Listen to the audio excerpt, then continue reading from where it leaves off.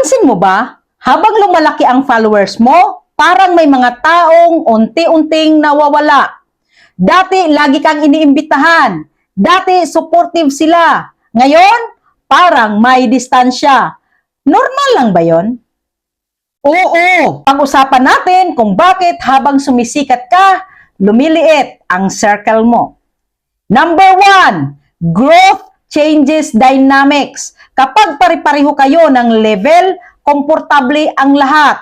Pero kapag ikaw ang nagsimulang umangat, nagbabago ang dynamics. May iba na matutuwa, may iba na mai-inspire, pero may iba rin na maiilang. Hindi dahil masama ka, hindi dahil nagyayabang ka, kundi dahil ang growth mo nagiging reminder ng comfort zone nila. At hindi lahat handa makita yon. Number 2, not everyone can go with you. Habang lumalawak ang vision mo, lumalalim ang focus mo. Mas busy ka na, mas intentional ka na sa oras mo, mas may priorities ka na. At hindi lahat kayang sumabay sa bagong version mo.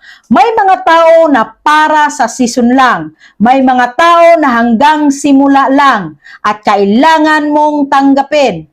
Hindi lahat kasama hanggang dulo. Pangatlo, envy is real. Hindi natin gusto aminin, pero totoo ito. Kapag may umaangat sa circle, may naiinggit.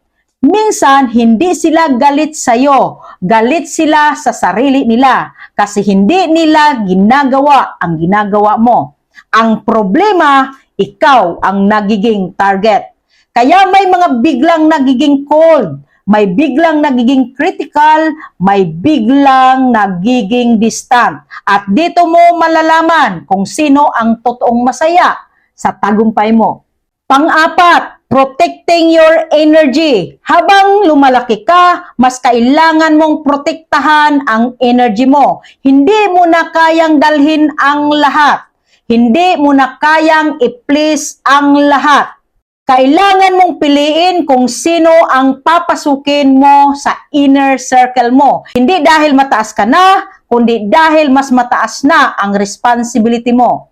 Panglima, quality over quantity. Lagi ito. Mas okay ang maliit na circle sa tunay ang suporta. Mas okay ang ilang tao na totoo ang chair sa'yo kaysa maraming kasama pero tahimik na naghihintay sa pagkakamali mo. Ang tunay na growth, hindi lang sa numbers, nasa kalidad ng relasyon. Pang-anim, stay humble, stay wise. Habang lumalaki ka, huwag mong kalimutang maging humble. Hindi lahat ng lumalayo masama. Minsan, nagkakaiba lang talaga ng direksyon. Pero, maging wise ka. Hindi lahat ng ngumingiti masaya sa success mo. Hindi lahat ng pumapalakpak tunay ang intensyon. Kaya habang lumalaki ang platform mo, palalimin mo rin ang discernment mo.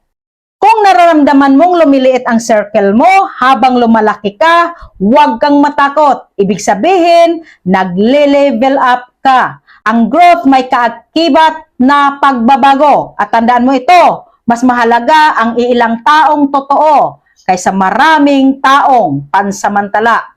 Habang sumisikat ka, huwag mong sayangin ang energy mo sa paghawak sa lahat. Focus ka sa vision mo, ang tamang tao, mananatili. Agree ka ba? Paki-comment, and like, follow, and share.